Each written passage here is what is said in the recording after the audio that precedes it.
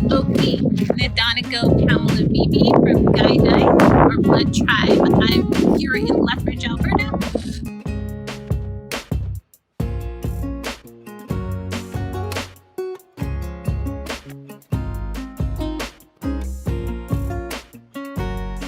I have a husband, Tito. He's Oto Odom and Chippewa Cree from the United States, and my children, Brody and Leanne. They are 16 and 14 years of age.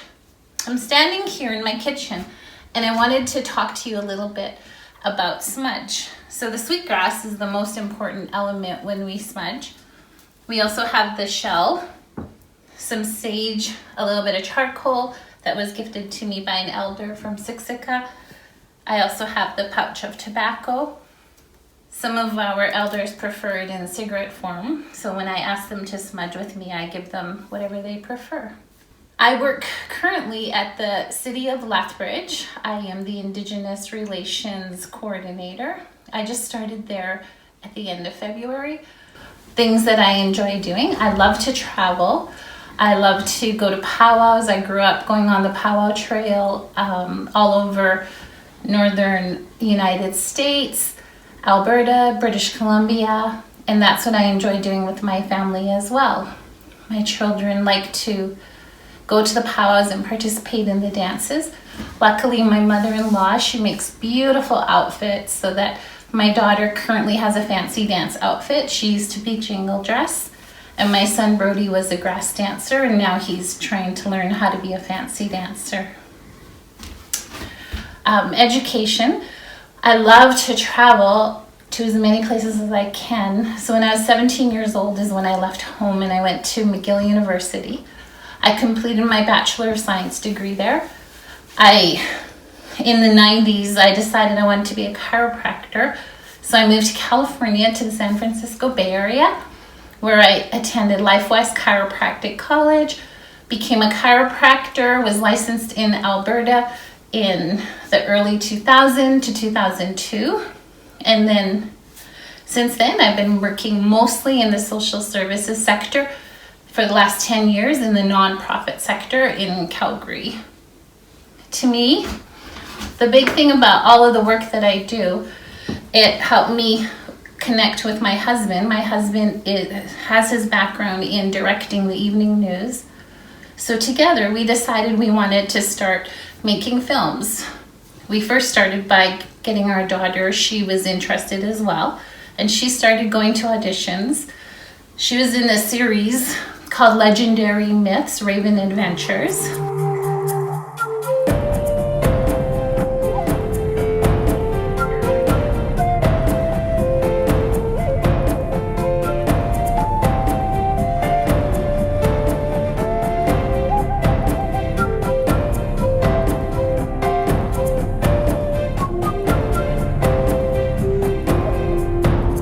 So we took her up to Edmonton in order for her to do all the shoots. And I learned a lot about behind the scenes, what it takes.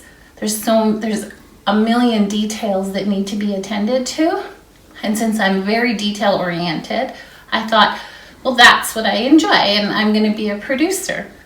What it means to be a producer is that you have to worry about the details around the film's budget, who's hired, is all the paperwork done, the food, the makeup, whatever it takes. So luckily we were able to create 2 short films that we're very proud of. The Healing, written and directed by my husband, co-directed by our friend Barb.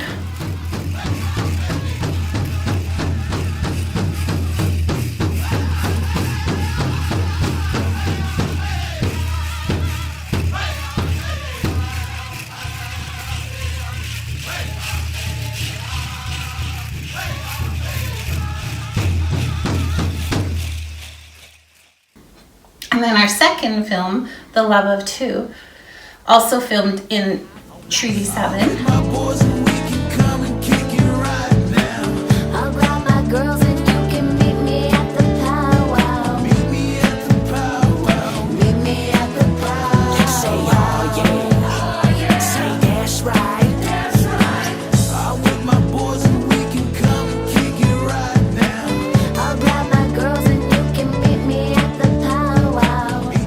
I accepted a new job in February, and I made the decision to quit the 2 boards I was on. I was on the board at the Women's Center and Treaty 7 Housing. We were living in Calgary.